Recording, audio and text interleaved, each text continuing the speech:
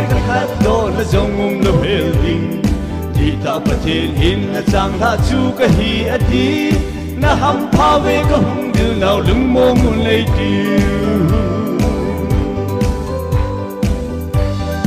nằm mà sang ngủ một chim thăng khal xem hồ ở hi tai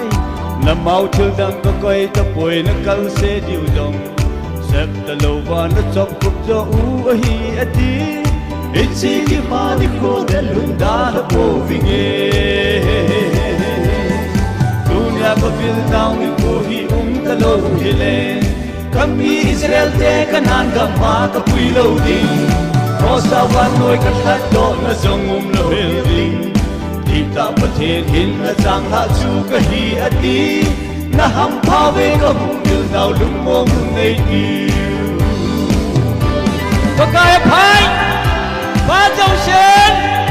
Hallelujah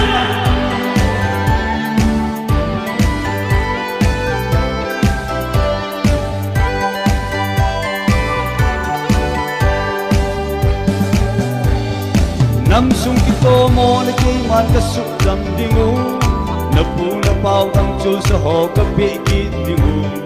Mun tuma ka opkung na jong so ma ka bedin Easy dun ka sin kay man na bil sing na winge